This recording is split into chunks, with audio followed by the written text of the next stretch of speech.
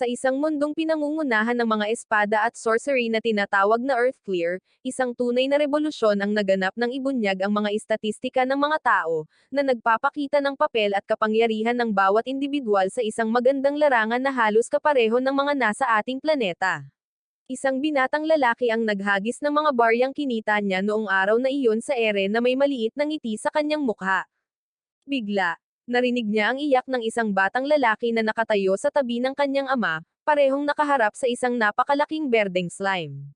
Ipinapakita ng kanilang mga istatistika na sila ay mga simpleng taga-baryo lamang sa Antas 1, ibig sabihin ay wala silang pagkakataon laban sa isang nilalang na tulad niya.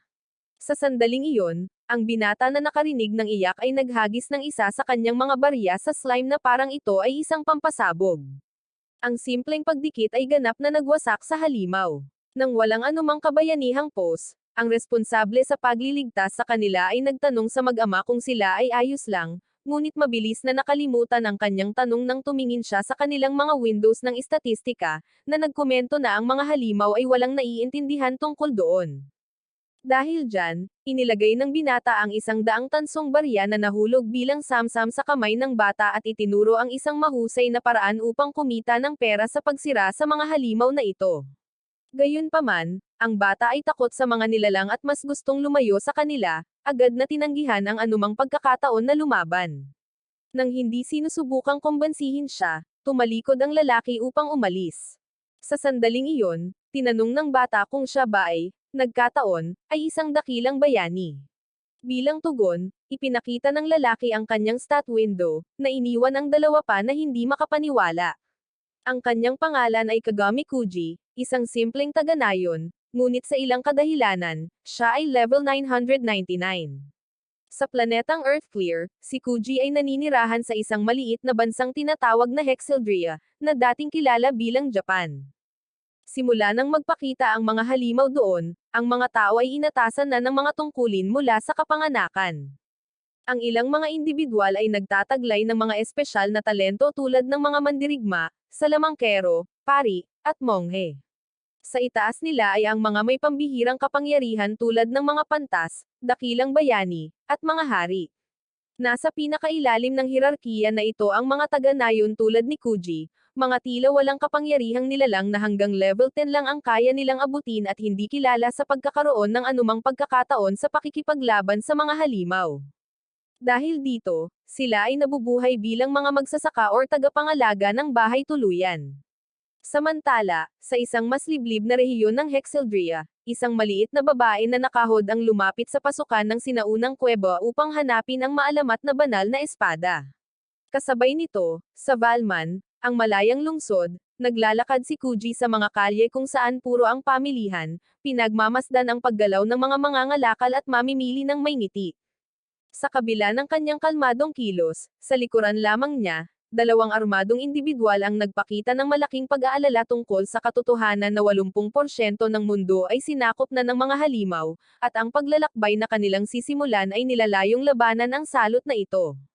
Nang hindi masyadong binibigyang pansin ang banta na kumakalat sa buong Earthclear, pumasok si Kuji sa Public Security Guild upang tanggapin ang kanyang bayad na 5 gintong barya para sa mga misyon na kanyang natapos.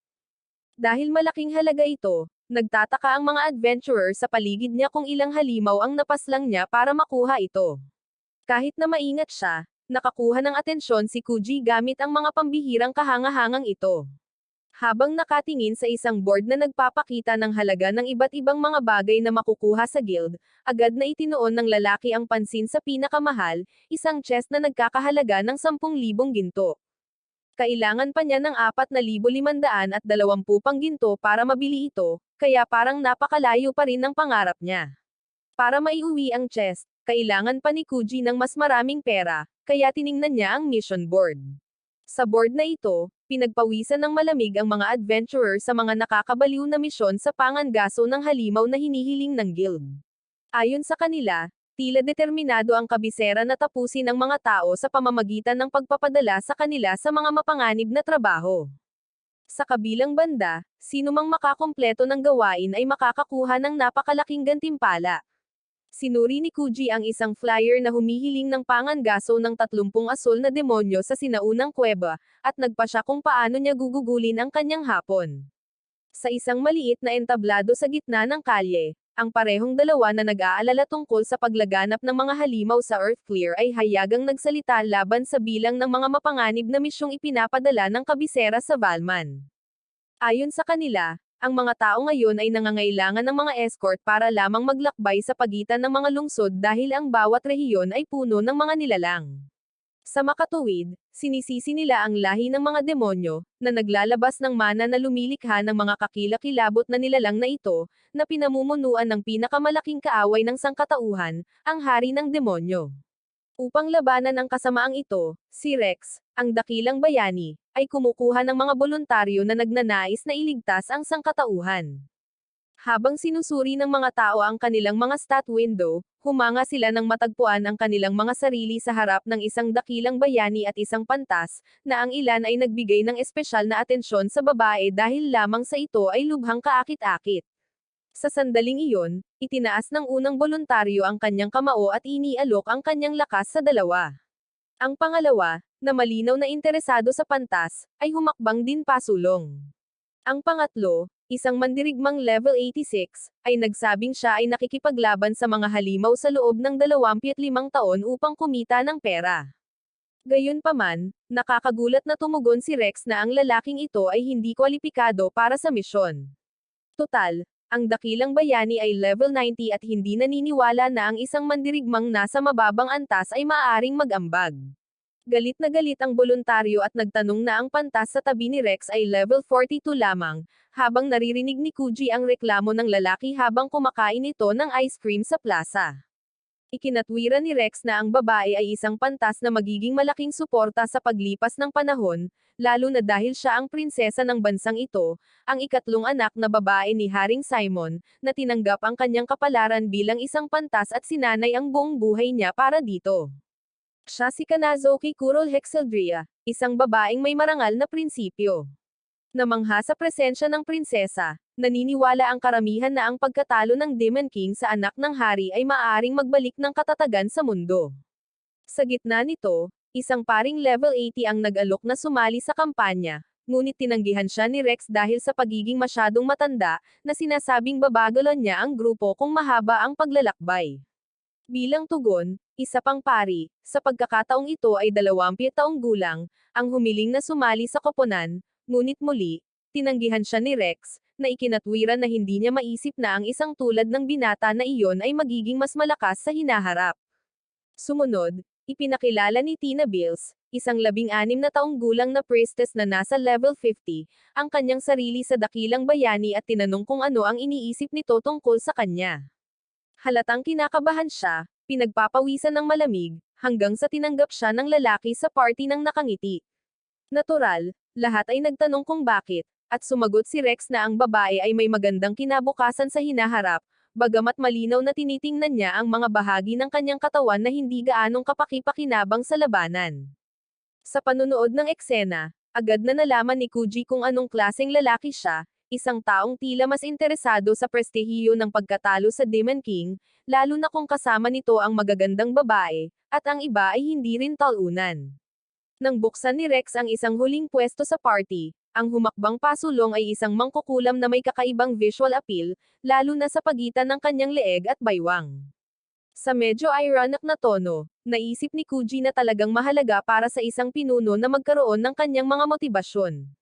Pagkatapos niyang maubos ang kanyang ice cream, tumigil ang mersenaryo sa pag-aaksaya ng oras at tumungo sa sinaunang kuweba kung saan kailangan niyang patunayan na napaslang niya ang 30 asul na demonyo. Ang ideya ay matapos ng maaga hanggat maaari at bumalik sa oras upang makahanap ng bukas na restoran at bumili ng sushi bago matulog. Tila nasa panig niya ang kanyang swerte nang makita niya ang kanyang unang kaaway na gumagala sa loob ng piitan. Walang pag-aalinlangan, inatake niya ng diretso ang nilalang, binibilang ang kanyang unang napaslang. Mula sa nasamsam, nakakuha siya ng 34 na pilak na barya. Dahil sa pera, hinabol ni Kagami ang higit pang mga demonyo upang makumplito ang kanyang misyon. At pagkatapos talunin ang ilan pa, napansin niya na ang huling halimaw ay naghulog ng isang bihirang bagay, isang itim na sungay ng demonyo, na may kakayahang maglabas ng parehong mana tulad ng nilalang na iyon. Hindi talaga maintindihan ni Kuji kung bakit, ngunit totoo na ang gayong bagay ay napakahalaga.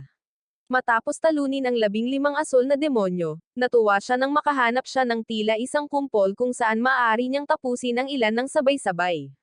Gayunpaman, habang tumatakbo siya patungo sa mga anino sa pader ng kuweba, muntik na niyang masalubong si Rex at ang kanyang grupo, ngunit nagawa niyang magtago bago pa man makita. Sa isang tama ng espada, napaslang ng dakilang bayani ang isang asol na demonyo at pinahanga ang mga babae. Habang naramdaman ni Tina ang presensya ng isang taong hindi pamilyar sa lugar, ipinapalagay ni Rex na isa lamang itong demonyo na tumakas dahil sa takot, kaya minamaliit niya ang kanyang pananaw. Para kay Kuji, wala siyang balak na makasalubong ang mga taong iyon, kaya mabilis siyang umalis sa lugar. Napansin ng mangkukulam sa grupo na ang prinsesa ay lubos na may motibasyon at hiniling sa kanya na huwag masyadong magpagod, ngunit itinuwid siya ni Kanazoki na sinasabing hindi siya isang prinsesa sa ngayon, kundi isang pantas. Sa madaling salita, siya ay kapareho ng lahat ng iba pang miyembro ng grupo. Kaya, hiniling niya na tawagin lamang siya sa kanyang buo at mahirap bigkasin na pangalan. Mas gusto ng mangkukulam na paikliin ito sa kana. Isinantabi iyon, tinanong ni Karna ang pinuno kung bakit sila unang pumunta sa piitan na ito, dahil ang kastilyo ng hari ng demonyo ay nasa kabilang direksyon. Pagkatapos ay isiniwalat niya na mayroong isang lihim na silid sa lugar na ito na tanging ang maharlikang pamilya lamang ang nakakaalam, na matatagpuan sa pamamagitan ng pagsunod sa mga taluktok na nakakalat sa buong kuweba. Mayroong isang maalamat na sagradong espada na tanging isang dakilang bayani na nasa antas 70 lamang ang maaaring gumamit, ang sukdulang sandata na hindi pa nagamit ng ibang bayani. Tinanong ng mangkukulam kung bakit itinago ito ng maharlikang pamilya, dahil ang gayong bagay ay maaaring talunin ang hari ng demonyo ilang taon na ang nakalilipas. Ipinaliwanag ni Rex na ang papel ng dakilang bayani ay bihira, ngunit hindi kakaiba. Walang garantiya na isa sa kanila ang makakatalo sa pinuno ng kaaway, kaya itinago nila ang espada sa piitan na ito kung sakaling may isang dakilang bayani na ipanganak sa maharlikang lahi, dahil ang maharlikang pamilya ay palaging sumusunod sa pilosopiya ng pag-asa lamang sa kanilang sarili. Tinanong ni Tina kung paano niya nalaman ang lahat ng ito, at ipinaliwanag ng lalaki na ayaw ng hari na masawi si Kanazoki, ang kanyang minamahal na anak na babae. Nang ipahayag ni Rex na bubuuan niya ang grupong ito, masayang isiniwalat ni Simon ang kwento ng sagradong espada. Kasama ang isang pantas sa kanyang tabi at isang sandata na may ganitong kalibre, kumbinsido ang bayani na kaya niyang talunin ang hari ng demonyo. Samantala, ang babaeng nakahod ay nasa loob din ng sinaunang kuweba na naghahanap ng parehong bagay. Nang tanggalin niya ang kanyang hood, nagpakita siya ng isang pares ng maliliit na sungay sa likod ng kanyang ulo. Pagbalik kay Kuji, madali niyang natalo ang isang grupo ng mga asol na demonyo na nakapalibot sa kanya, na nakaipon ng 952 na baryang pilak. Ngayon, 2 demonyo na lang ang natitira para makumplito ang kabuuang 30.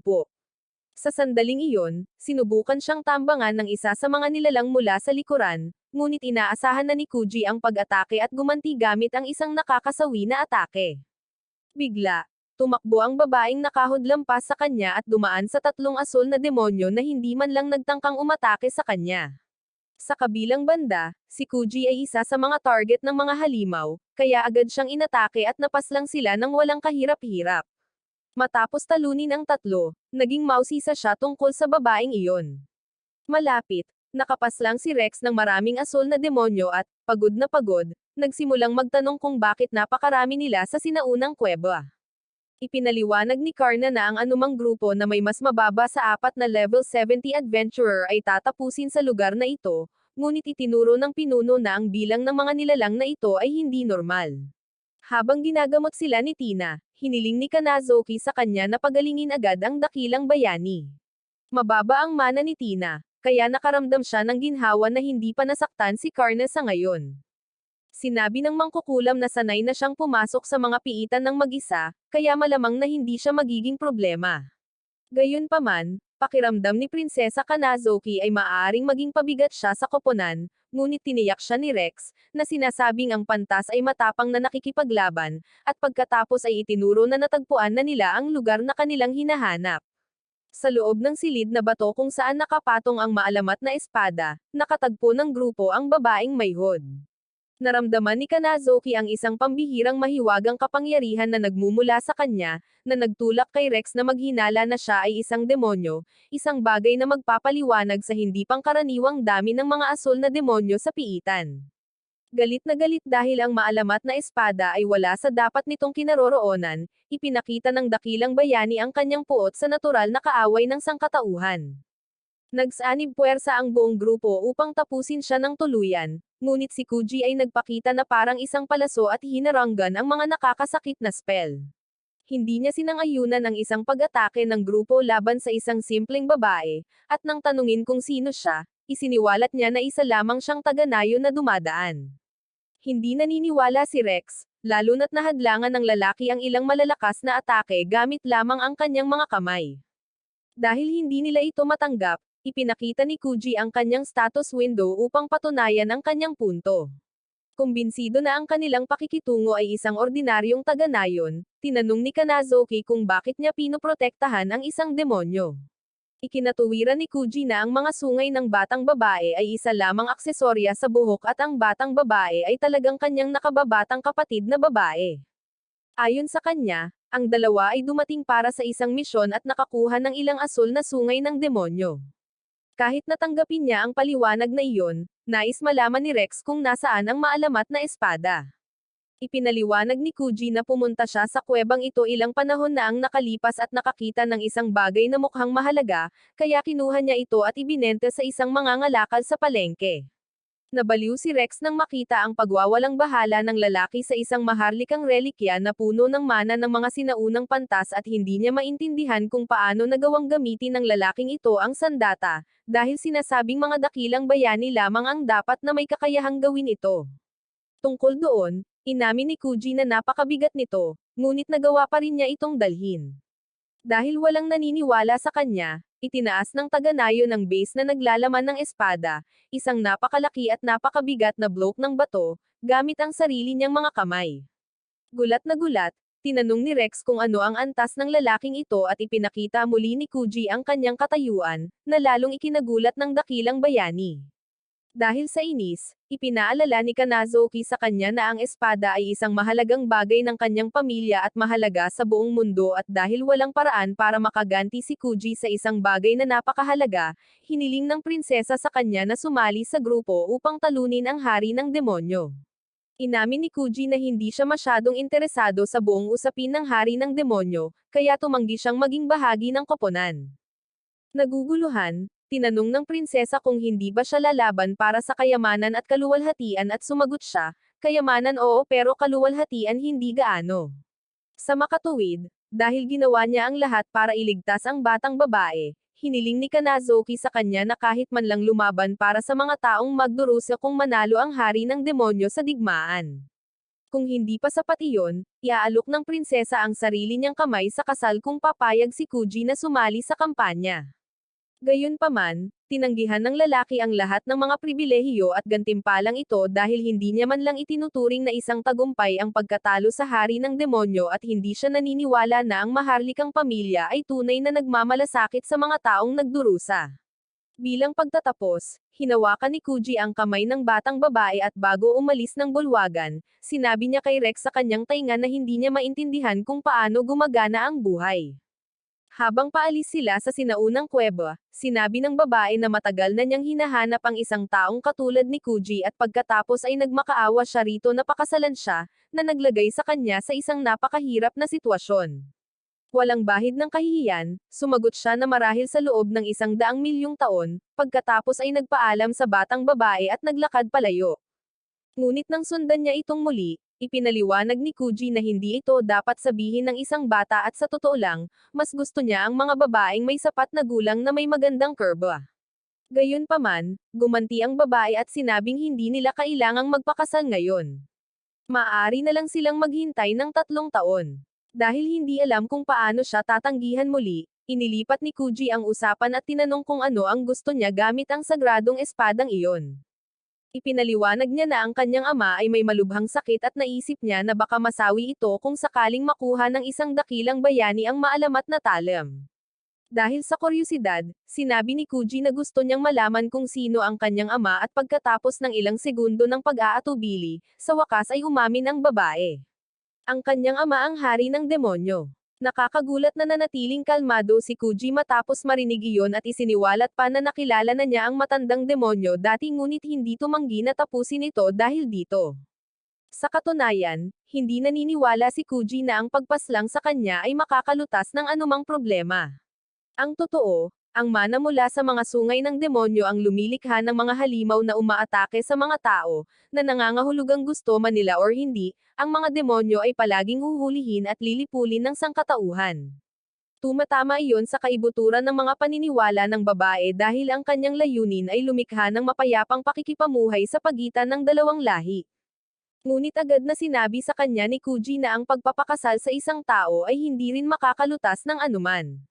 Ang mga demonyo ay hindi gaanong naiiba sa mga tao maliban sa katotohanan na lumilikha sila ng mga halimaw. Siyempre, hindi niya kasalanan na ipinanganak siyang may mga sungay, ngunit hindi nito binabago ang katotohanan na ang dalawang uri ay napupuot sa isa't isa. Sa katotohanan, ang talagang sira ay ang paraan ng paggana ng mundo mismo. Pagkatapos ay tinanong ng babae kung bakit hindi pinapaslang ni Kuji ang mga demonyo, at sa kaunting pasensya, sinagot niya na ang lahat ng ito ay walang kabuluhang kalokohan lamang. Samantala, pabalik sa pinagtataguan ng mga espada, ang grupo ng ekspedisyon laban sa mga demonyo ay walang ideya kung ano ang susunod na gagawin. Nawala nila ang kanilang pangunahing sandata, at ang kakaibang taga-nayon na iyon ay tumangging sumama sa kanila. Kaya, nagpasya si Prinsesa Kanazuki na dapat silang bumalik sa Valman at pag-isipang muli ang kanilang plano. Ngunit bago sila umalis, ibinahagi ni Rex ang kakaibang mga salitang ibinulong sa kanya ng lalaki, na sinasabing hindi naiintindihan ng dakilang bayani kung paano talaga gumagana ang mundo. Naniniwala si Kanazuki na may alam ang taga-nayon na mahalaga, ngunit sa pagsasantabi niyan, dumating si Rex sa kanyang sariling conclusion. Ano man ang mangyari, kailangan niyang lumakas, sapat na malakas upang malampasan si Kuji. Habang papalapit sila sa mga pader ng Valman, tinanong ni Kuji kung gaano katagal plano ng nakakainis na batang ito na patuloy na sundan siya. Kaya, itinigil niya muna ang usapang pangkasal, at sa halip ay hiniling niya sa kanya na bumili ng gamot sa lungsod na tinatawag na potion ng pagpapala ng mga espiritu. Inilabas niya ang isang supot na naglalaman ng 500 baryang pilak, ngunit sinabi ni Kuji ang totoo. Ang potion na iyon ay nagkakahalaga ng 10 gintong barya, at dahil wala na siyang pera, mabuti pang matulog na lang siya.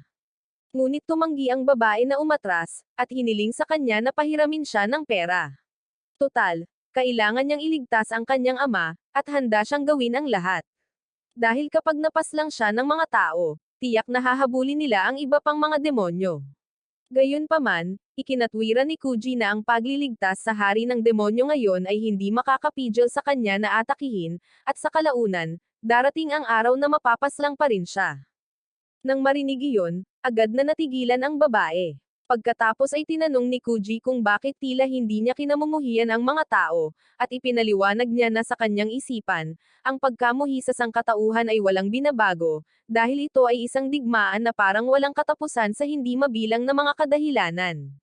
Inamin ni Kuji na nagulat siya na hindi niya kailanman naisip na ang isang demonyo ay maaaring mag-isip ng ganoon. Mas lumayo pa ang babae. Inamin na masaya siyang nakilala ang isang taong katulad niya, na nagpapatunay na tama ang mga sinabi ng kanyang ama. Minsan ay sinabihan siya nito na manampalataya na may mabubuting tao pa rin. Gayunpaman, binalaan siya ni Kuji na ang mabubuting tao ay minorya. Ngunit nakapagdesisyon na ang anak na babae ng hari ng demonyo. Hindi niya susukoon ang kanyang plano, gaano man ito kahirap. At dahil doon, nagpasya si Kuji na bilhin ang potion para sa kanya, ngunit kung sasama lamang siya. Tungkol naman sa mana na lumalabas mula sa kanyang mga sungay, binalot niya ang mga ito ng isang espesyal na tela na nagpapalit ng mahiwagang enerhiya sa ibang bagay. Dahil sa kanyang pagkausyoso, tinanong niya kung saan nanggaling ang telang iyon. Ipinaliwanag ni Kuji na minsan ay nakakita siya ng isang spawn block na nabubuo, isang kumikinang na bato na sumisipsip ng mana at lumilikha ng mga halimaw. Binasag niya ito, at naging kakaibang materyal ito, na nagtulak sa kanya upang magtaka, ano nga ba talaga ang mga halimaw? Napansin ng babae na ang tela ay tila perpektong dinisenyo para sa mga sungay ng demonyo. Pagkatapos ay tinanong kung bakit may dalang ganoon ang isang tao. Hindi pinansin ang tanong, tinanong ni Kuji ang kanyang pangalan at sinagot niya na Alice Balnicio. Matapos magpakilala bilang kapalit, inanyayahan siya ni Kuji na ipagpatuloy ang paglalakbay kasama niya.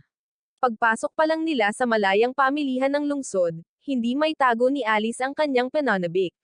Namangha siya sa kung gaano kaganda ang lahat. Nang makita ang kanyang reaksyon, inakala ng isang mangangalakal na ito ang kanyang unang araw sa lungsod at binigyan siya ng isang libreng mansanas bilang isang regalo. Habang naglalakad sila sa palengke, nakikinig sa mga nagtitinda na sumisigaw ng kanilang mga presyo, naging mausisa si Alice at nagtanong kung magkano ang halaga ng mansanas.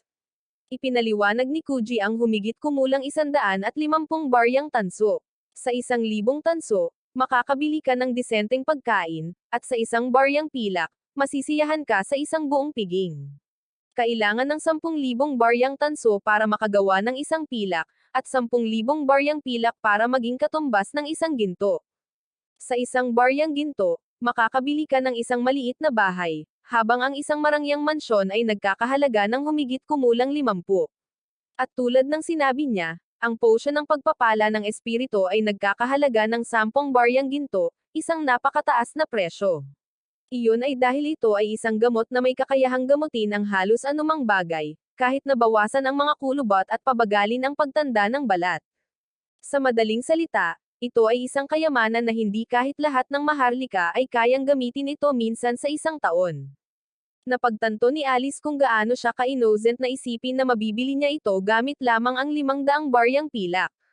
Kaya, tinanong niya si Kuji kung handa ba talaga siyang gumastos ng ganoong kalaking kayamanan para sa kanya. Sumagot lang siya na babayaran siya ng matandang demonyo, at tiniyak sa kanya ng anak na babae ng hari ng demonyo na tiyak na mababawi niya ang kanyang pera dahil maraming alahas ang nakaimbak sa kastilyo ng kanyang ama. Dahil nabanggit ito ni Alice, inamin ni Kuji na hihingi siya ng bonus para sa pag-uwi ng anak na babae ng Demon King. Kaya, gusto niyang kumita ng kabuoang 15 gintong barya mula rito. Siya nga pala, naisip ni Alice na maganda na kukunin siya pabalik ng taong ito. Kalaunan, nanatili ang dalawa sa isang bahay tuluyan pagkatapos kumain ng hapunan. Hiniling ni Kuji kay Alice na manatili sa silid hanggang sa bumalik siya dala ang potion at isang mapagkakatiwalaang tao, dahil kakailanganin niya ng isang taong magpoprotekta sa batang babae habang lumalaban siya.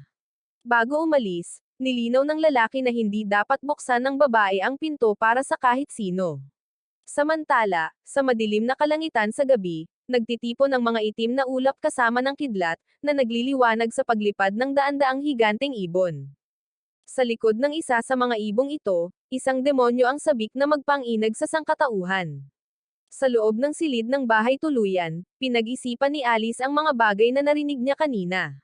Tila isang imposibleng misyon ang pamumuhay ng mapayapa ng mga tao at demonyo, at ito ang nagpasimula sa kanya na makita ang kanyang sarili bilang isang inosenteng batang babae na tumatangging tanggapin kung paano gumagana ang mga bagay-bagay. Bigla, tumawag si Kuji mula sa labas, hinihiling kay Alice na buksan ang pinto. Ngunit nang tumakbo ang batang babae upang salubungin ang taga-nayon, naharap siya sa isang hindi kilalang tao na may nagbabantang ekspresyon at agad na nahimatay. Sa katunayan, ang taong ito ang eksaktong taong balak dalhin ni Kuji. Kaya, pinapasok siya sa silid na may kasamang isang tasa ng itim na tsaa. Matapos bigyan ni Kuji si Alice ng isang kulay rosas na laso upang itago ang kanyang mga sungay, ipinakilala ng tao ang kanyang sarili bilang si Takako Builder, isang level 134 na monghe. Kahit na nakatagpo niya ang isang taong malayo sa itinuturing niyang normal, nanatiling tahimik ang bata. Kaugnay nito, nangako si Takako na paprotektahan niya si Alice higit sa lahat, kahit na lubos niyang nalalaman ang makasaysayang alitan sa pagitan ng mga tao at mga demonyo. Sa totoo lang, inaamin niyang may panahon na naniniwala siyang kailangang tapusin ang mga demonyo, ngunit nagbago ang isip niya noong minsan siyang nasasawi sa isang kagubatan at iniligtas ng isang demonyo. Mula sa araw na iyon, nagsimulang maniwala ang monghe na ang dalawang lahi ay hindi kasing iba ng inaakala niya noon. Sa anumang kaso, iniwan ni Takako Builder ang kanyang buhay bilang isang adventurer at ngayon ay nagpapatakbo ng isang bar at isang nightclub. Sumali si Kuji sa usapan upang sabihin na isang araw ay pumunta siya roon bilang isang customer at naging maayos ang kanilang pagsasama. Kaya, ikinalungkot ni Takako na matagal na panahon na mula nang magpakita siya at pagkatapos ay sinuntok siya sa tiyan. Humingi ng paumanhin si Alice sa kanyang pananahimik at inamin na hindi niya alam kung bakit siya kumikilos ng ganito, ngunit lubos na nauunawaan ni Takako na maaaring hindi maganda ang tulog ng bata nitong mga nakaraang araw. Kaya, niyaya niya itong maligo sa isang kalapit na mainit na bukal. Nahiya si Alice na tanungin kung hindi ba lalaki si Takako, kaya ipinaliwanag ni Kuji na babae talaga siya at maaaring hindi siya magmukhang babae dahil sinunog niya ang lahat ng taba sa kanyang chest at ginawa itong kalamnan. Matapos siyang hilingin na piliin ng mas mahusay ang kanyang mga salita, sinipa siya ni Takako sa batok na nagpaluwa sa kanya ng dugo na may nakakalokong ngiti sa kanyang mukha. Habang papunta sa mainit na bukal, sinabi ni Alice na ang monghe ay dapat na napakalakas para saktan ang isang tao sa level 999 ng ganoon. Kaya, ipinaliwanag ni Takako na ang isang monghe ay may 3 beses na lakas kaysa sa isang taga-nayon na nasa parehong level. Ang mga monghe ay dalubhasa sa malapitang labanan at nakakakuha rin ng espesyal na kakayahan sa pakikipaglaban bawat 100 level. Bukod sa pagiging mapagkumbaba, naniniwala si Takako na kahanga-hanga ang kanyang kakayahan. Sa kabilang banda, alam niyang hindi niya matatalo si Kuji sa isang tunggalian, hindi lamang dahil sa pagkakaiba ng level, kundi pangunahin dahil ang lalaking iyon ay hindi ordinaryo. Samantala, nakahiga sa kanyang kama, si Kuji ay binalot ng traumatikong alaala ng pagkasawi ng kanyang ama. Sa kakilakilabot na araw na iyon nang siya ay inatake ng isang higanteng halimaw. Pagkatapos ng mahalagang pagkatalo na iyon, ginawa ng lalaki ang lahat upang maging malakas at protektahan ang kanyang ina mula sa banta ng mga halimaw. Ngunit hindi sapat ang lahat ng pagsisikap sa mundo. Tinanong ni Alice kung paano naging ganito kalakas si Kuji, at hindi naniniwala si Takako na ito ay isang nakatagong sikreto. Pumaslang lang siya na nagbigay daan sa kanya upang mag-level up. Gayunpaman, itinuro ng bata na siya ay level 999, habang hindi pa siya nakakita ng halimaw na higit sa level 500. Nauunawaan ni Takako na nag-aalala ang batang babae na maaaring may isang taong may ganitong kapangyarihan ang pumaslang sa kanyang ama. Kaya, tiniyak niya sa kanya na walang sinuman maliban kay Kuji ang may kakayahang gawin iyon, at nakulang siya ng isang bagay na mahalaga sa lahat ng nabubuhay na nilalang. Tinanong ni Alice kung ano iyon, ngunit ipinangako ng tagapagtayo na matutuklasan ito ng bata habang sila ay nagiging mas malapit. Total, hindi masaya ang madaling pagtanggap ng lahat ng sagot. Sa gitna nito, nasaksihan ng dalawa ang pagsalakay ng isang madugong labanan sa lungsod. Gamit ang matitibay nitong pangil, nagawang sirain ng nilalang ang isang buong pader ng bahay sa isang atake lamang.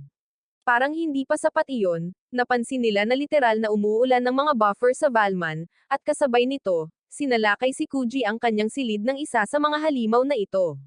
Matapos palayain ang 12 ng mga ito sa lungsod, ang demonyong nakasakay sa higanteng ibon ay nagdeklara ng digmaan sa sangkatauhan, na inanunsyo na sinimulan na ng hari ng demonyo ang kanyang buong pag-atake laban sa lahi ng kaaway.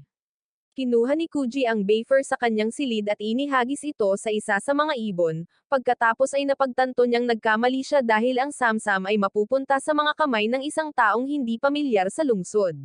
Sinubukan niyang bawiin ang kanyang mga barya ng mabilis, ngunit nilapitan siya ng 3 pang halimaw.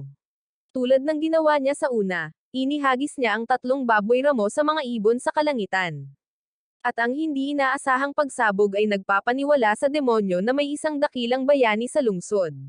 Matapos maghagis ng humigit kumulang 20 pang Bayfer, nagawa ni Kuji na mabawi ang karamihan sa perang nahulog bilang loot, at bumalik ang kanyang ngiti. Sa kabilang banda, nakita niya ang demonyo sa kalangitan at nakilala kung sino ito. Malapit, natakot si Alice nang makasalubong niya si Rex at ang kanyang mga kasama na pumapaslang ng ilang halimaw. Kaya, sinabi niya kay Takako na pinrotektahan siya ni Kuji mula sa mga taong iyon. Pinakilos ni Rex ang mga adventurer sa lungsod upang labanan ang pagsalakay. Ngunit higit sa lahat, Tiniyak niyang ipakita ang kanyang kapangyarihan gamit ang kanyang espada sa pamamagitan ng paggamit ng sagradong kidlat na bakal na hiwa ng alon. Nang mapaslang niya ang isang higanteng ibon sa kanyang pag-atake, nagkomento si Karna na hindi kailangang sabihin ng malakas ng lalaki ang pangalan ng kanyang kasanayan. Pinatibay ito ni Kanazoki sa isang talumpati na nagsasaad na ito ay isang lungsod ng mga adventurer, sa madaling salita, lubos na may kakayahang itaboy ang mga kaaway, at iyon ang nag-uudyok sa mga mandirigma na sumali sa labanan. Nakuha ni Rex ang pamumuno sa mga sundalo sa pamamagitan ng pagpapasa ng isa pang banal na kidlat, ngunit ang kanyang kapangyarihan ay aksidenteng naharang ng isang Bayfer na inihagis ni Kuji. Dumating ang taga-nayo na nagkakamot ng ulo at nagrereklamo kung gaano kalabis ang ginagawa ng lalaki. Habang hindi itinago ni Rex ang kanyang pagkadismaya nang makasalubong muli ang taga-nayon na ito, inakusahan ni Kanazoki ang lalaki ng pakikipaglaban kasama ang hari ng demonyo, ngunit hindi pinansin ni Kuji ang pang-aasar at binalaan ang mga tao na hindi ligtas para sa kanila ang makipaglaban gamit ang mga sibat at palaso. Dahil anumang iputok nila sa hangin ay tiyak na mahuhulog muli. Sa totoo lang, bibigyan niya ang planong ito ng 3 sa 10, pagkatapos ay marahang tinapik ang ulo ng prinsesa, na nag-iwan sa kanya na hindi makapaniwala sa pagtrato sa kanya sa ganitong paraan sa unang pagkakataon sa kanyang buhay. Dumating si Takako na ligtas si Alice, at tinanong ng babae kung hindi ba maaaring gumamit ng mahika si Kuji laban sa mga mananakop. Agad na napansin ni Karna na tinawag siya ng umano'y kapatid ng lalaking ito sa kanyang apelyido. Kaya, ipinaliwanag niya na ito ay isang tradisyon ng pamilya. Hindi na iyon pinansin pa. Tinanong niya kung alam ni Alice kung sino ang demonyong nangunguna sa pag-atake, at naniniwala ang babae na ito ay si Meno, isang miyembro ng isang pamilyang naglingkod sa kanyang ama sa loob ng maraming henerasyon. Samantala, kinilala ni Prinsesa Kanazuki ang kapangyarihan ng mga taga-nayon at naniniwala na dapat silang magsanib puwersa upang ipakita sa hari ng demonyo na ang mga tao ay may kakayahang itaboy ang pag-ataking ito upang maiwasan ang mga pagsalakay sa hinaharap. Bilang tugon, sinabi ni Kuji na ang mga demonyo ay malamang na nagsasagawa ng mga katulad na pag-atake sa buong mundo upang malaman kung aling mga lungsod ang mas mahina at mas madaling masakop. Kaya, maaaring mas makabubuting huwag ibunyag ang mga trump card ng mga tao. Sa kanyang palagay, ang pakikipaglaban sa kaaway ay hindi lamang ang tanging pagpipilian. Una, kinakailangang maunawaan kung ano ang gusto nila upang walang mahalagang impormasyon ang mawala. Dahil dito, hiniling niya kay Takako na tumulong sa libreng serbisyo ng transportasyon, pagkatapos ay gumawa ng isang malaking pagtalon sa ere patungo sa Demon Commander. Di nagtagal, tumalon din si Takako at lumikha ng sapat na momentum upang ilunsad ang kanyang kaibigan sa tuktok ng pinuno ng kaaway. Walang pag-aatubili, nagpakita si Kuji sa likod ng ibon. At nang tanungin ni Meno kung sino ang lalaking ito, sumagot siya na isa lamang siyang dumadaang taga-nayon. Tiningnan ni Meno ang status window ng lalaki at naiwan siyang hindi makapaniwala nang makita niyang nasa level 999 na siya. Dahil, sa teorya, walang taong dapat umabot sa level na iyon. Malinaw na alam niyang kailangan niyang pabagsakin agad ang lalaking ito dahil sa panganib na kinakaharap niya sa kanyang lahi. Ngunit, nilinaw ni Kuji na wala siyang puot sa hari ng demonyo or sa kanyang anak na babae, kaya hindi siya isang kaaway. Nagkunwari si Meno na hindi niya alam ang tungkol kay Alice, kaya hindi niya ibubunyag ang anumang hindi kailangan. Ngunit, tiniyak sa kanya ng tao na pinoprotektahan niya ang babae sa ibaba. Hindi maintindihan ni Meno kung ano ang ginagawa ng lalaki doon sa itaas, dahil inaangkin niyang kakampi siya. Kaya, tinanong ni Kuji kung ang hari ng demonyo ang nag-utos ng pagsalakay, lalo na't narinig niya na ang hari ay may sakit at nakahiga sa kama. Dahil hindi makapaniwala sa sinabi ng lalaki, sasagot sana si Meno ng oo, ngunit ang kanyang alaala ay nagbabalik sa kanya sa eksaktong sandali kung kailan niya natanggap ang utos. Kahit na naroon ang hari, ang demonyong nakatayo sa tabi niya ang nag-anunsyo ng misyong atakihin ang Valman. Sa kabila ng kanyang pagdududa, nagtitiwala si Meno sa kanyang alaala na naroon ang hari at hindi kailanman papayagan ang sinuman na magsalita para sa kanya nang hindi sumasang-ayon. Gayunpaman, itinuro ni Kuji na maaaring siya ay minanipula, na labis na ikinagalit ng nasasakupang demonyo dahil sa pagpapahiwatig na maaaring questionin ang katalinuhan ng kanyang pinuno. Bilang tugon, sinabi lamang ni Kuji na mapanganib na limitahan ang sarili sa kung ano ang tinatanggap na sa mga nakapirming ideya. Dahil sawa na sa pag-uusap, naghanda agad si Menyo na bumalik sa kastilyo upang kumpirmahin kung totoo ang sinabi ng tao.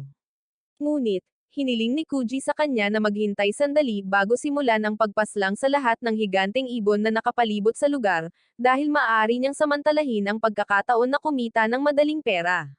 Sa lupa, nagtataka ang mga adventurer kung kumusta na ang takbo ng pag-uusap nila ng commander ng demonyo, dahil tila pinapaslang ni Kuji ang lahat ng mga ibon.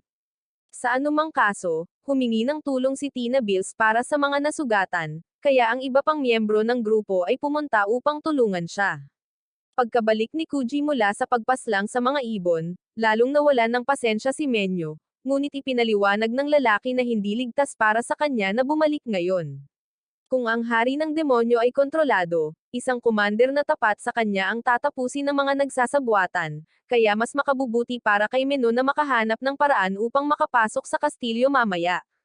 Dahil dito, pilit na tinapakan ni Kuji ang huling ibon, ang may dala sa kanilang dalawa, na nagpabagsak sa kanila sa lupa sa isang matinding pagkahulog. Habang natataranta ang demonyo, tiniyak sa kanya ng tao na hindi sila masasawi sa pagkahulog, or kahit papaano ay iniisip niya iyon. Natural lamang, hindi nito pinakalma si Meno, na sumigaw sa buong pagkahulog. Maya-maya, kahit na natatakpan ng lupa at medyo nasugatan, nabawi ni Meno ang kanyang malay at nakita si Kuji na walang damit sa isang katawa-tawang postura. Lumapit ang tao sa tanika ng demonyo, na lumuwag noong pagkahulog, at hiniram ito upang dalhin ang malaking halaga ng mga barya na nakolekta niya matapos talunin ang lahat ng higanteng ibon.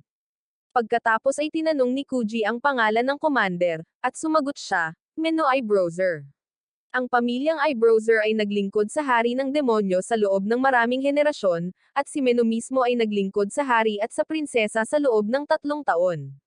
Pagkatapos nito, tinanong ng demonyo kung tatapusin siya, ngunit itinanggi ni Kuji ang ideya dahil sinabi na niya na kaibigan niya ang hari ng demonyo at ng kanyang anak na babae.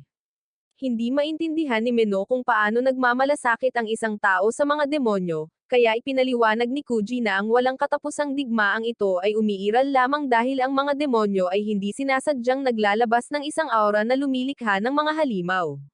Sa huli, kailangan nilang ipagtanggol ang kanilang sarili mula sa galit ng mga taong inaatake ng mga nilalang na ito.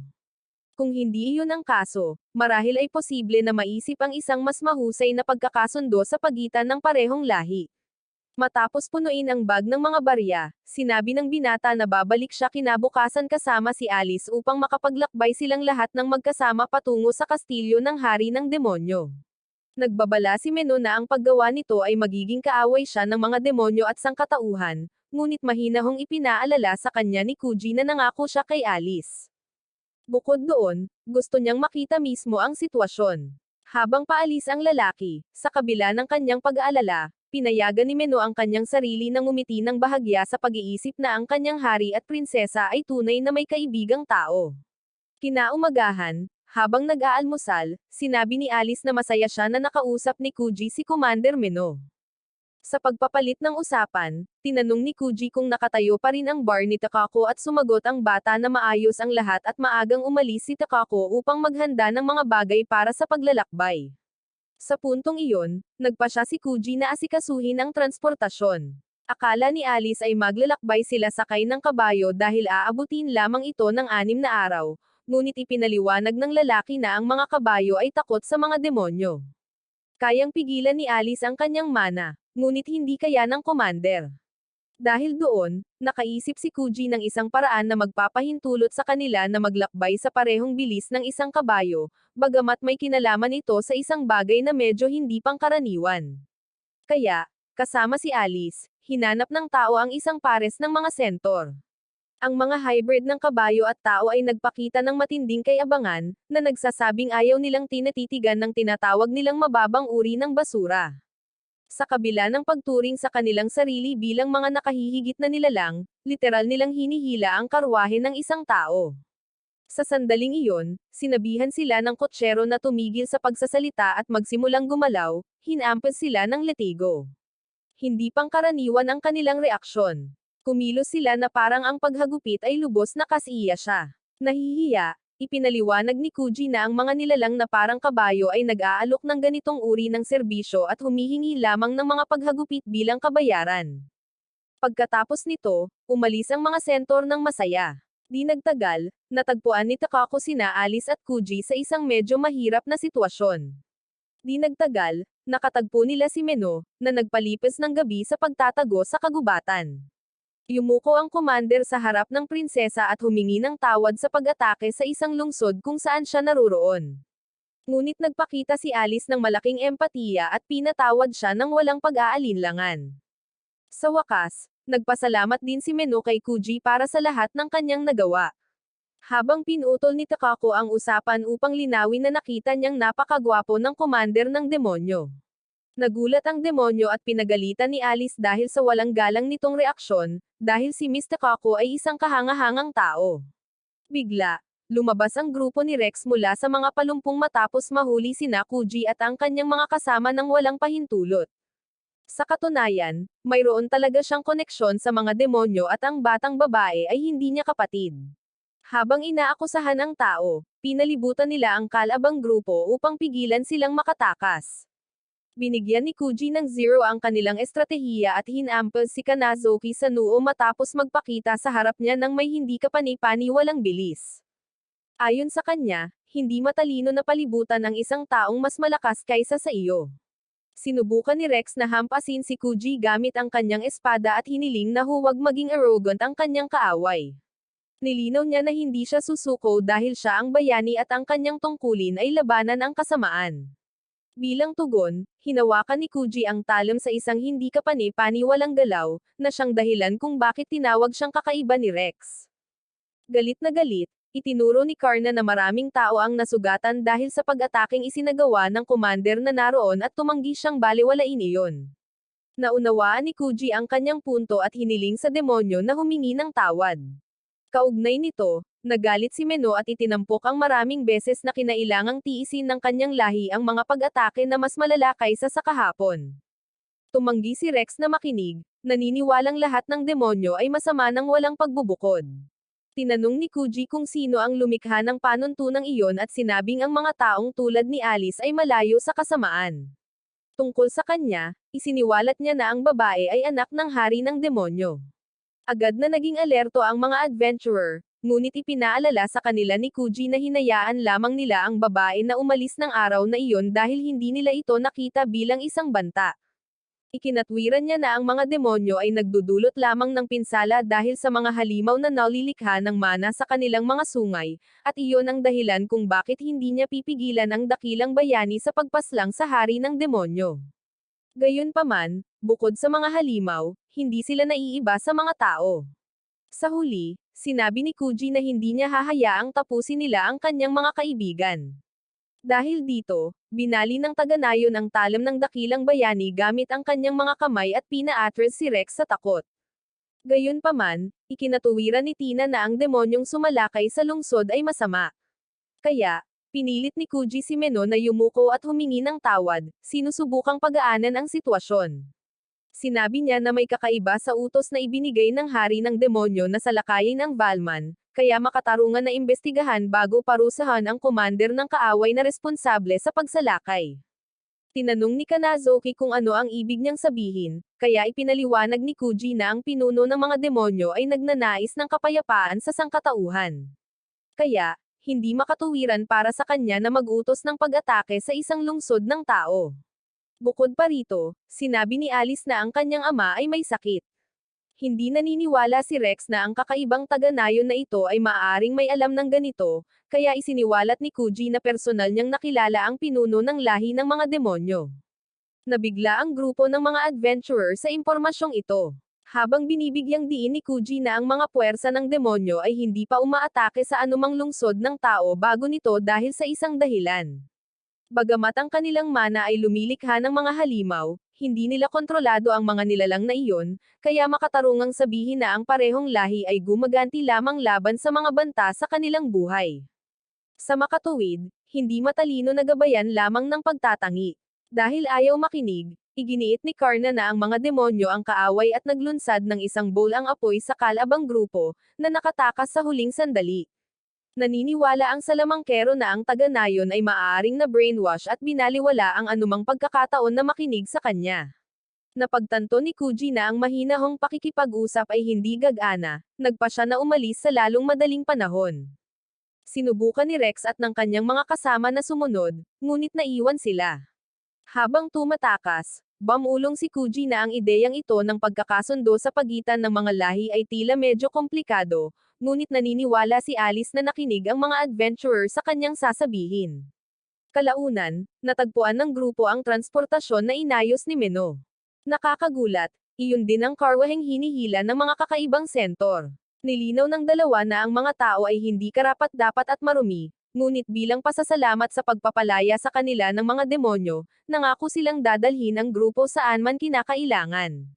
Sinabi ni Meno na ninakaw niya ang karwahe mula sa isang nagdaang mangangalakal, ngunit hindi niya pinaslang ang tao, para makahinga ng maluwag ang lahat. Dahil doon, sumakay ang grupo sa sasakyan. Hinawakan ni Takako ang renda at hinampas ang mga kabayong tao ng may dikatimbang na lakas, at habang tumutugon ang mga sentor ng may nakakagambalang ekspresyon ng kasiyahan, humingi ng paumanhin si Meno sa pag-aayos ng ganitong paraan ng transportasyon. Pagbalik sa grupo ni Kanazoki, na naiwan sa kagubatan, naniniwala siyang may pagkakataong makasalubong muli ang mga kaaway kung patungo sila sa kastilyo ng hari ng demonyo. Nabagabag si Rex sa paraan ng pag-iisip ni Kuji, lalo na sa kanyang pahayag na ang mga tao at demonyo ay hindi magkaiba. Bagamat nagpakita ang bayani ng ilang hilig na questionin ang kanyang sarili, nabulag si Karna ng galit at nais lamang na makakuha ng transportasyon sa lungsod upang ipagpatuloy ang misyon. Gayunpaman, ang kanyang pagtanggi na isaalang-alang ito ay nagmula sa isang trauma na naranasan niya noon pa man. Sa gabi, pagkatapos magtayo ng kampo, sinabi ni Takako na kailangan nilang pumunta sa isla ng Athos upang makarating sa kastilyo ng hari ng demonyo, ngunit ang kanilang agarang layunin ay dumaan muna sa Salmeria. Nangangamba si Kuji na ang mana ng mga demonyo ay maaaring magdulot ng mga problema sa mga taga-nayon doon, at dahil iisa lang ang tela niya para sugpuin ang mana ni Alice, mas gusto niyang iwasan si Meno na gumawa ng mga halimaw sa rehiyon. Sa sandaling iyon, inamin ni Meno na inatake rin niya ang Salmeria, dahil ang layunin ay magpadala ng mensahe. Malapit nang magsimula ang tunay na pagsalakay, at ang unang pag-atake ay sa Salmeria. Maya-maya, dumating ang grupo sa kuta ng lungsod ng Salmeria. Ang plano ay angkina na sila ay mga mangangalakal na ang pangunahing produkto ay mga asul na sungay ng demonyo, at ginagamit nila ang mga sungay na iyon upang itago ang mana ni Meno. Nang maramdaman ng isang gwardya ang isang presensya ng demonyo sa karwahe, ipinakita ni Alice ang isa sa mga sungay na kanilang ibinebenta at ginamit ito upang bigyang katwiran ang naramdaman ng lalaki. Habang pinapayagang dumaan ang kariton, ipinaliwanag ng sundalo na may nagaganap na isang pagdiriwang sa lungsod. Sa mga nakaraang araw, sila ay inaatake ng hukbo ng demonyo, ngunit nagawa nilang itaboy ang kaaway. Ang pagdiriwang ay nilayon upang gunitain ang tagumpay at itaas ang moral ng mga tropa, na aalis bukas upang tugisin ang kalabang hukbo. Dahil sa pag-aalala, sina Kuji at Takako ay nanood ng isang malawakang parada sa pangunahing kalye ng lungsod ng kuta.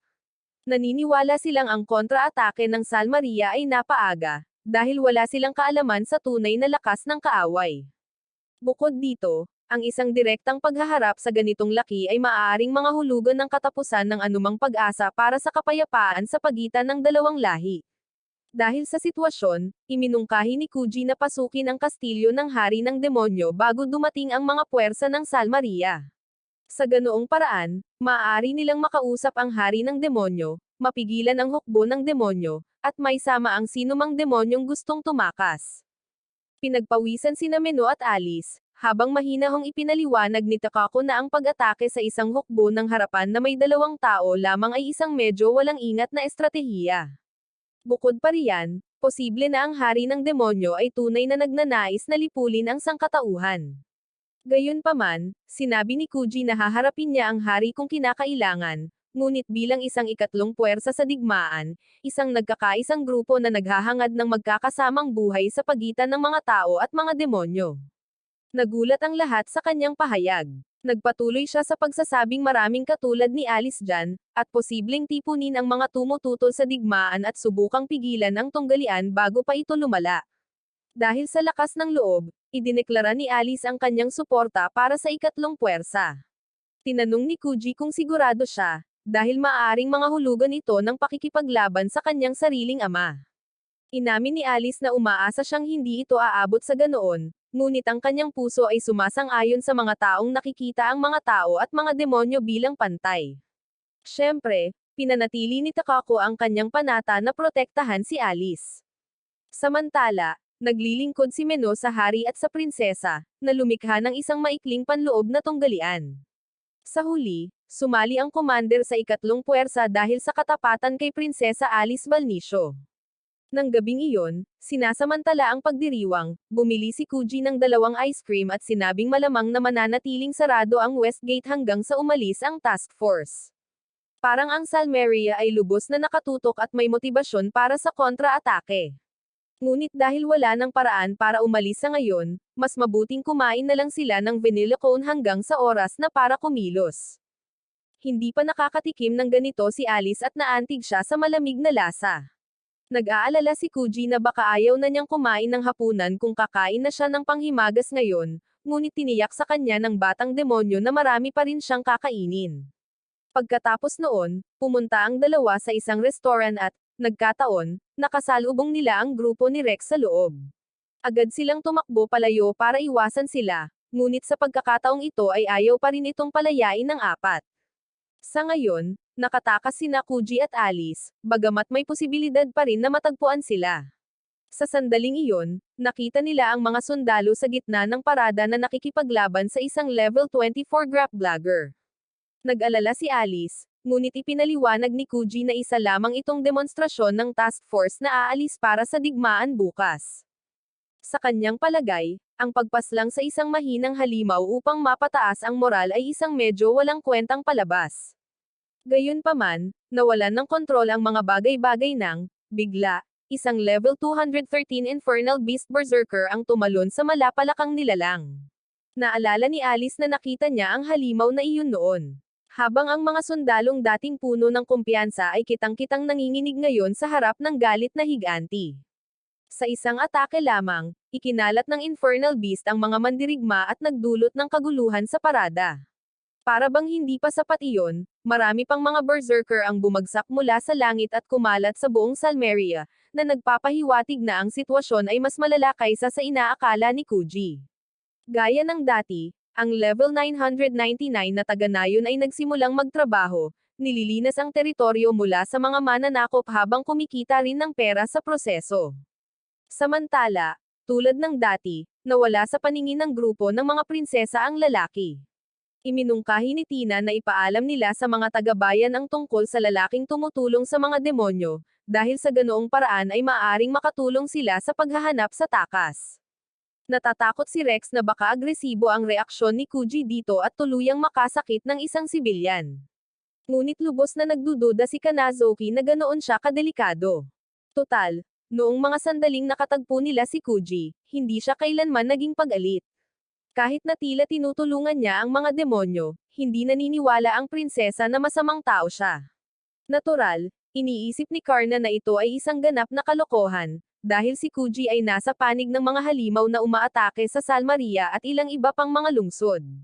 Gayunpaman, pinagtitibay ni Kanazuki na hindi sila kailanman sinalakay ni Kuji pabalik, kahit na sinubukan siyang tapusin ng kanyang grupo, at hindi rin niya sinubukang ipataw ang kanyang mga ideya sa kanila, na nagpapatunay lamang na hindi siya kasing sama ng pinaniniwalaan ng mangkukulam.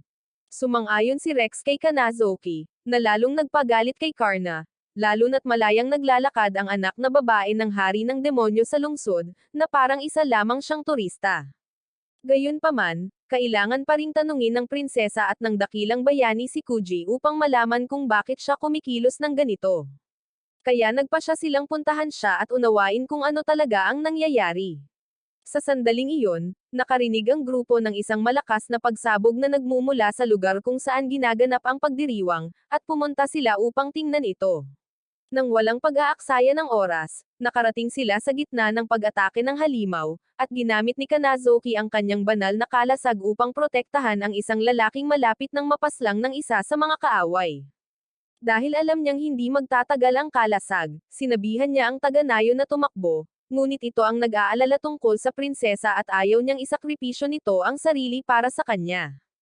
Gayunpaman, si Kanazoki ay ang uri ng aristokrata na hindi kailanman iiwan ang kanyang mga tao at handang ibigay ang kanyang buhay upang protektahan sila. Sa sandaling iyon, winasak ng halimaw ang harang, na naglagay sa kanilang dalawa sa panganib, ngunit dumating si Kuji at tinalo ang nilalang, binigyan pa ang prinsesa ng perpektong iskor, na sinasabing kung hindi dahil sa kanya, hindi sana ito darating sa tamang oras. Sinabihan ni Kanazoki ang taga-nayon na tumakbo, at nang dumating ang kanyang mga kasamahan sa koponan, nakipagkamay siya kay Kuji at nagpasalamat sa pagliligtas sa kanya, na agad na nakaapekto sa iba. Nang tanungin, ipinaliwanag ni Kuji na ang mga halimaw na higit sa level 200 ay sumasalakay sa lungsod, at hindi maintindihan ni Rex kung paano niya natalo ang isang nilalang ng ganoon kadali. Sinabi ni Kuji na gumamit siya ng atake, na lalong nagdulot ng kalituhan sa bayani, dahil iyon ang pinakasimpleng kasanayan. Tumakbo si Alice upang tingnan ang kanyang kaibigan, na nagpapaalala kay Rex na marami pa siyang gustong itanong.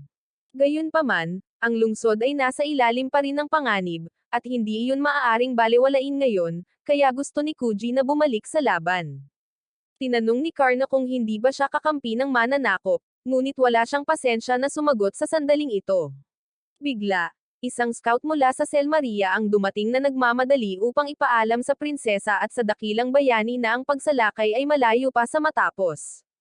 Kung mayroon ng ilang malalaking halimaw sa loob ng mga pader, kung gayon sa labas ay may humigit kumulang 10,000 pang paparating.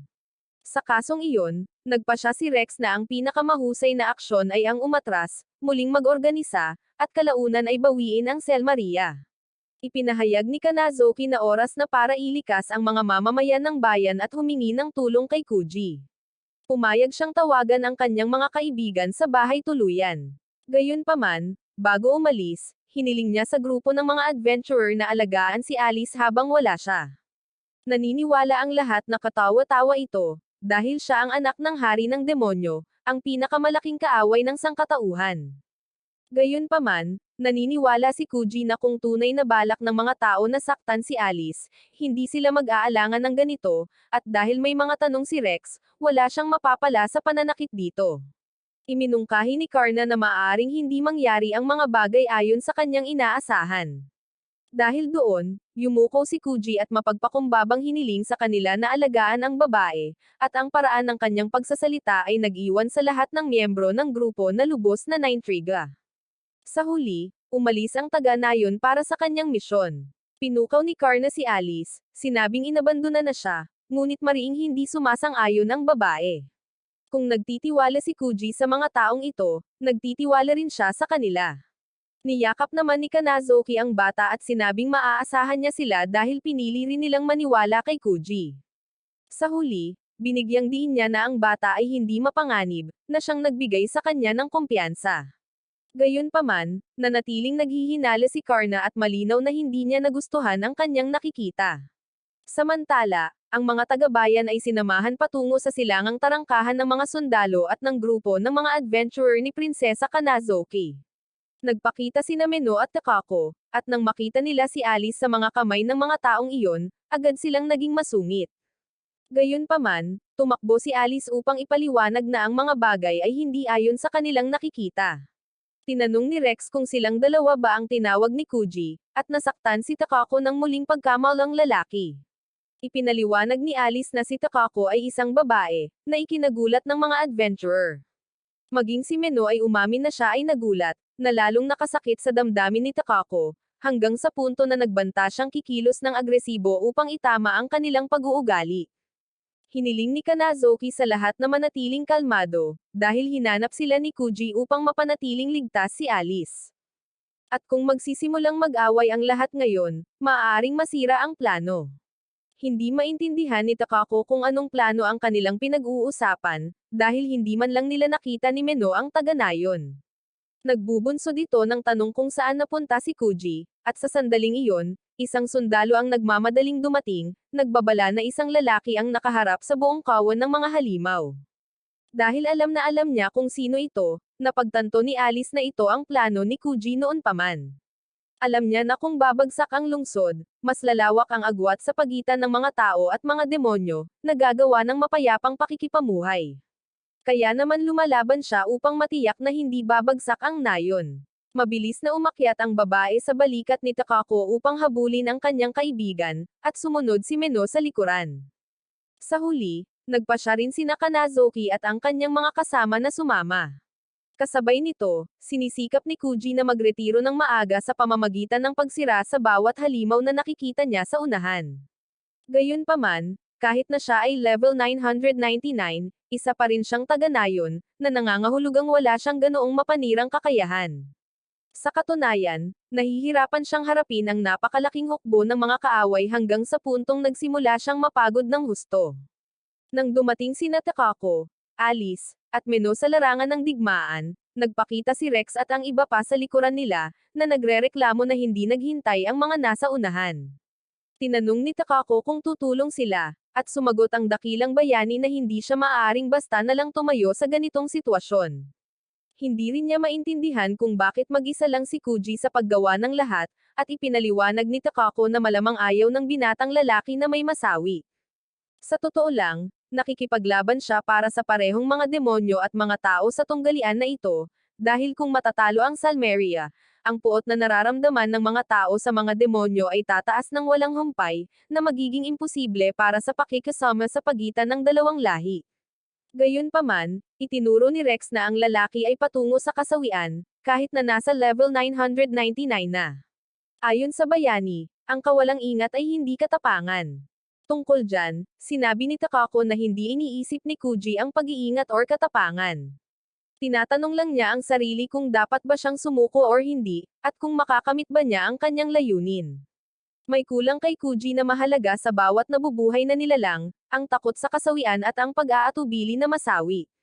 Sinabi ni Rex na handa rin siyang masawi kung kinakailangan, ngunit idinagdag ni Takako na higit pa roon ang dahilan.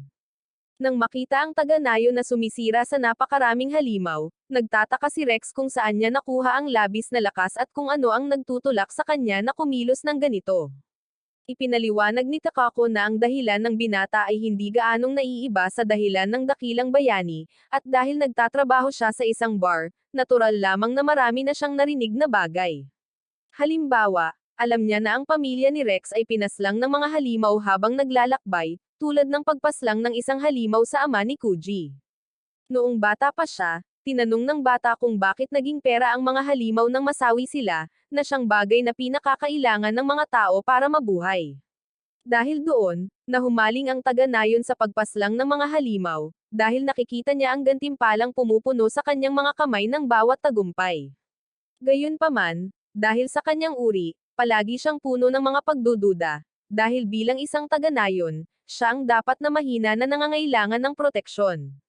Dumating ang panahon na malapit nang tanggapin ni Kuji ang kanyang kapalaran, hanggang sa isang araw ay pinaslang ang kanyang ama ng isang nilalang sa daan. Mula sa sandaling iyon, nagsimulang kamuhian ni Kuji ang mga halimaw at ang mga demonyong lumikha sa kanila. Ngunit higit sa lahat, sinimulan niyang kamuhian ang kanyang sarili dahil sa hindi niya kayang protektahan ang isang taong mahal niya. Pagkatapos ng araw na iyon, mas lalo pang nagsikap ang lalaki na lumakas, ngunit hindi nito binago ang katotohanan na siya ay isang taga-nayon lamang. Kaya, ang lahat ng kanyang pagsisikap ay kailangang doblehin. Ang bawat labanan ay may mataas na posibilidad na masawi, ngunit kasabay nito, ito mismo ang nagbigay daan sa kanyang klase na makakuha ng mas maraming karanasan kaysa sa iba. Dahil doon, umabot si Kuji sa level 53 sa edad na 9 gulang lamang, at sa taong iyon niya tuluyang naipaghiganti ang kanyang ama at natalo ang nilalang na pumaslang sa kanya. Sinasabi nilang ang paghihiganti ay isang ulam na pinakamasarap ihain ng malamig, at kahit na nadama ng bata na ginantimpalaan ito, isa pang trahedya ang sumunod na magtatak din sa kanya magpakailanman. Nang bumalik siya sa kanyang nayon, ito ay nawasak na ng mga bandido, at ang kanyang ina ay napaslang sa pag-atake. Sa madaling salita, kahit na isang halimaw ang pumaslang sa kanyang ama, mga tao ang gumawa rin ito sa kanyang ina. Kapag ang isang halimaw ay pumaslang sa isang taong mahal mo, sumusumpa kang maghiganti sa kanilang lahat. Ngunit ano ang mangyayari kapag isang tao ang gumagawa nito? Ayon kay Takako, iyon ang tanong ni Kuji sa kanyang sarili. Naalala ni Alice ang araw na tinanong niya kung bakit ayaw niyang pumaslang ng mga demonyo, at sumagot siya na ang ganoong usapan ay walang kabuluhan. Nang marinig iyon, kahit na dumaan siya sa isang katulad na trahedya, inamin ni Rex na maaaring hinayaan niya ang kanyang sarili na madala ng pagtatangi ng sumumpa siyang tatapusin ang lahat ng halimaw. Sa kabilang banda, Kai na hinala pa rin, naalala ni Kanazoki na si Kuji mismo ang nagsabing ang mga demonyo ay isang banta. Kaya, kung magpapatuloy pa rin siyang manatiling neutral, tiyak na may iba pa siyang nasa isip. Sa katunayan, iyon mismo ang gusto niyang itanong sa kanya ng direkta, lalo na upang maunawaan kung ano ang nagtutulak sa kanya na magrebelde laban sa paraan ng paggana ng mundo. Ngunit para doon, kailangan niya itong pigilan sa pagkasawi, at iyon ang balak gawin ng prinsesa. Nagpa siya si Rex na sumama dahil ayaw niyang hayaang mailibing ang lahat ng walang sagot. At talagang gustong malaman ng dakilang bayani kung paano naging napakalakas ng taga-nayon na iyon. Tinanong ni Tina kung anong uri ng pader ang kanilang nabangga dahil gusto nilang harapin ang isang kawan ng 10,000 halimaw. Ngunit kung pupunta sila, hindi sila dapat maging talunan para lumaban ng walang manggagamot, kaya naman naroon din siya. Panghuli, kahit labag sa kanyang kalooban, alam ni Karna na kailangan niyang harapin ang napakaraming kaaway anumang oras. At kung sakaling mapahamak pa rin siya, hindi mahalaga kung mangyari ito ngayon. Habang naglalakbay ang mga manlalakbay, naalala ni Meno na si Alice ay nakikipaglaban upang protektahan si Kuji, at nangangahulugan ito na tungkulin din niya ito, kahit na gawin siyang traidor sa kanyang sariling lahi. Ngumiti si Alice, na panatag ng tiwala ng isang mahalagang kakampi sa kanyang tabi. Sa wakas, sinabihan ni Takako ang batang babae na maghanap ng magandang lugar na mapagtataguan dahil mula ngayon ay magiging seryoso na ang mga bagay-bagay. Ano man ang mangyari, nangako siya na magiging maayos ang lahat at babalik sila kasama si Kuji. Sa mga pangunahing linya, kailangang itulak ni Takako ang kanyang sarili hanggang sa limitasyon upang maibalik ang bata ng buhay. Kahit na nagawa niyang harapin ang ilang mga halimaw, nagsisimula nang magpakita si Kuji ng mga palatandaan na lalong hihirap ang sitwasyon. Lumalaban pa rin siya, ngunit tinatamaan din siya ng mga tama, at ang kanyang natural na paggaling ay hindi makasabay sa ganitong nakakabaliw na bilis ng labanan. Balak niyang ibigay ang lahat ng mayroon siya sa laban na ito upang hindi mahulog ang Salmeria, ngunit nahuli siya sa bingit ng pagkasawi ng mga nilalang. Sa huling sandali, dumating si Rex na nagpakawala ng isang sagradong kidlat na sinundan ng isang bakal na hampas, na nagligtas sa taga-nayon mula sa isang nakakasawi na atake. Kinwestiyon ni Kuji kung ano ang ginagawa nila roon, at nilinaw nila na marami pa silang mga tanong na itatanong. Nagpakita si Meno na sinisira ang ilang lumilipad na halimaw gamit ang mahika, habang si Takako ay napaslang ang marami pa sa pamamagitan ng purong lakas at malapitang pamamaraan ng labanan. Lalong nainis si Kuji at nagtanong kung ano ang ginagawa nila roon. Hindi nagustuhan ni Takako ang walang galang na pagtanggap dahil halata naman na pumunta sila para iligtas siya. Napansin ni Tina na ang kanyang pasyente ay mukhang pagod na pagod at gumamit ng healing spell para maibalik siya sa dati. Sa kabila ng lahat ng ginagawa nila para sa kanya, nag-aalala pa rin si Kuji at ayaw niyang hayaang may masawi. Ngunit tiniyak sa kanya ni Kanazoki na walang sino man ang masasawi sa labanang ito. Ang paniniwala ng prinsesa ang dahilan kung bakit ganap na binago ni Kuji ang kanyang paninindigan, at nagkaroon ng tiwala sa kanyang mga kasama. Gayunpaman, hiniling niya sa lahat na pahalagahan ang kanilang sariling buhay kapag papasok sa labanan. Dahil dito, siya mismo ay bumalik sa laban na parang baliw. At dahil sa kanyang kawalang ingat, siya ay natamon ng isang 30 toneladang bato. Ang kanyang bungo ay naging agos ng dugo, at nagmadali si Tina upang tulungan siya, kinukwestiyon ang buong ideya tungkol sa pagpapahalaga sa buhay. Sa kasong ito, sumagot si Kuji na sinusubukan lamang niya ang isang bagay, at ang salubing ito ay nagpapatunay na nagtitiwala siya sa kanyang mga bagong kasama. Gayunpaman, sinabihan siya ni Tina na dahan-dahan lang, dahil kung walang maiiwan sa mga linya ng harapan, ang pasanin ay mapupunta sa kanya sa likuran. Ang totoo, si Kuji ay hindi pa nakakaranas ng pakikipaglaban kasama ang isang malaking grupo ng mga kasama, dahil dati ay kumikilos lamang siya kasama si Takako. Gayunpaman, dahil doon, sa wakas ay naunawaan ng lalaki na mula sa sandaling ito, hindi na siya nag-iisa.